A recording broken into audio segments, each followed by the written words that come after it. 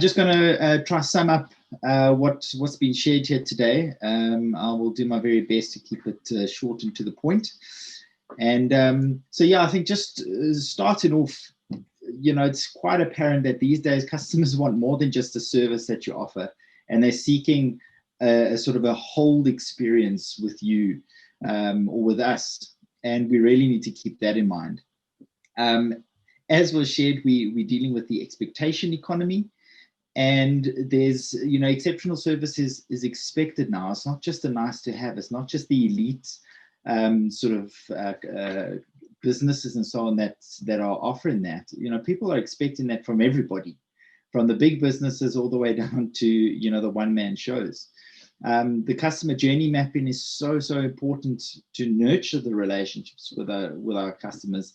And because, the work that any business sort of offers is all about the relationships that we have with our customers, and just emphasizing there that it's a full journey from the very beginning all the way to the end. And hopefully there won't be an end, because we want to continue that engagement in some shape or form, but it's really a whole journey. The automation is helpful because it helps to create a more efficient and save time with time and effort.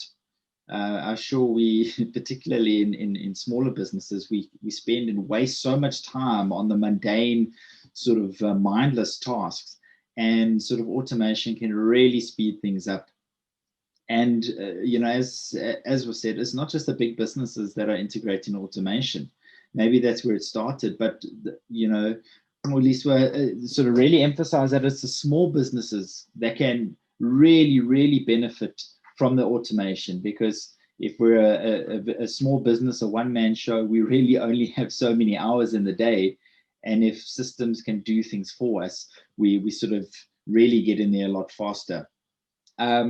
And I like that idea of those magic moments in the customer journey, because it's those magic moments that really sort of stand out for customers. And that's what people want or remember. That's what people are going to talk about, when they're talking about their engagement with you or your business. And again, they're not just nice to have these days. We have to create those magic moments.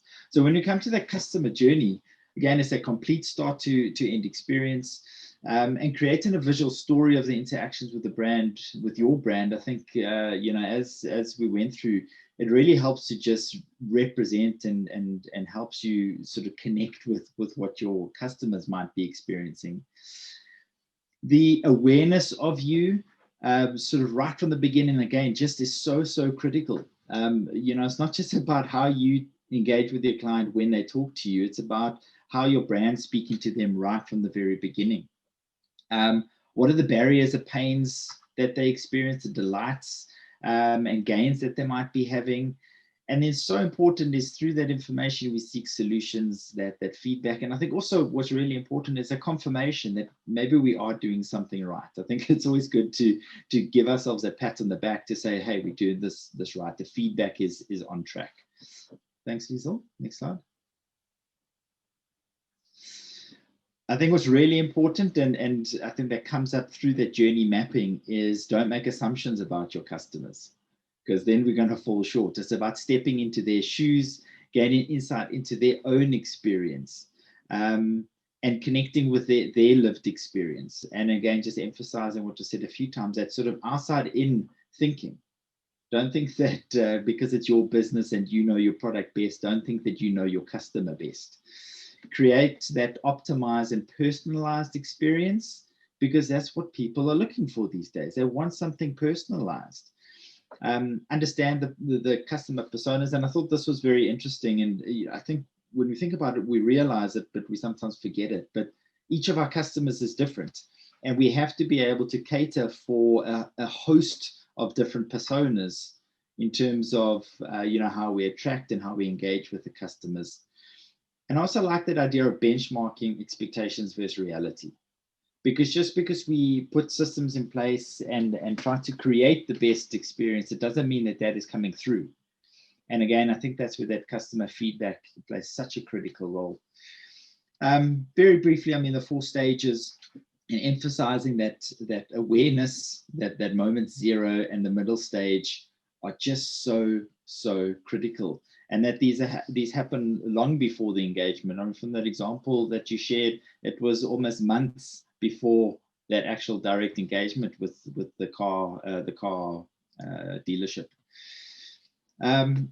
And I think what's really important is also just to emphasize, define and explore, and this was from that diagram you had there, the personas, the expectations, the process that we have in place, the mood. You raised such a valuable point there with regards to what is your mood, or what is the mood of the customer when they initially engage.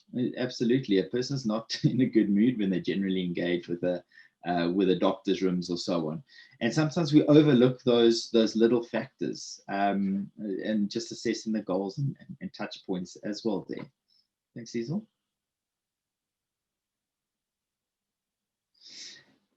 And then, so just, there we go.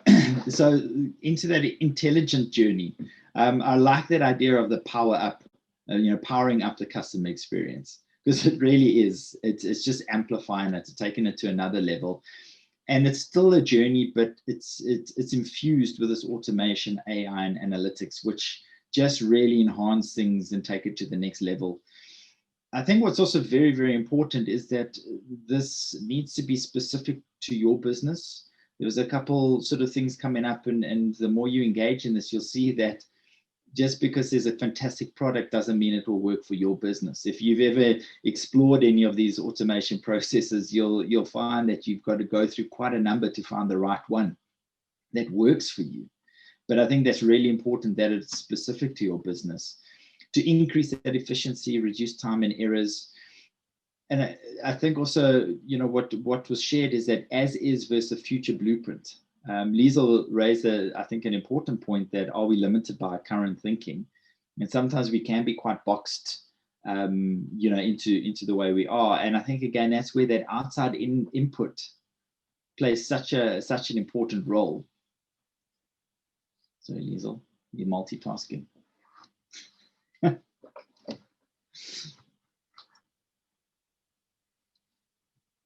It'll come back at some point. Maybe not. I'll carry on from my own notes. Give me a second. I did something very weird now. I apologize sincerely, everybody. Let's get back to that. That's right. I'll just carry on talking from my notes. I think what's so important, though, is automating the process allows us to extract more value in data. That's sort of just sitting there. The data is available, but automating the process makes it more sort of tangible in our hands, and we can actually use it. And it helps inform the strategic decisions that we need to make, where we're going, what we need to do. The engagement becomes a far more data-driven process, a rich data. And the personalizing, and I put the hyper in brackets there, because personalizing is no longer just putting somebody's name in an email. That's sort of, people have been doing that for years. The sort of hyper personalizing is customized sort of landing pages and things that really speak to the individual, and constantly improving that customer experience. The real time, sort of in the here and the now, you can immediately engage. If a customer is struggling to find something, or back and forth between various pages on your website, you can analyze that, and a bot pops up, or you can engage directly. And this idea of unifying, predicting, and engaging, unify, connect all the elements of your business, your process. It saves so much time. It creates that unified experience. Predict, it becomes a smart, developing, ongoing learning process. It was mentioned a few times, the IoT, just integrating things and connecting the dots, and just creates that personalized, ongoing experience, and ultimately making decisions smarter and faster, so that you can thrive. And I think, sort of, for me, the take home is really, we're seeking to have engaged customers. I think that's what we all want, but we have to create the engaged customers. It's through the experience that we create for them that we're going to ultimately sort of get that. So yeah, I mean, hugely insightful. Thank you so much for sharing that. And I hope that summary is okay. And Lisa, I'm going to hand over back to you.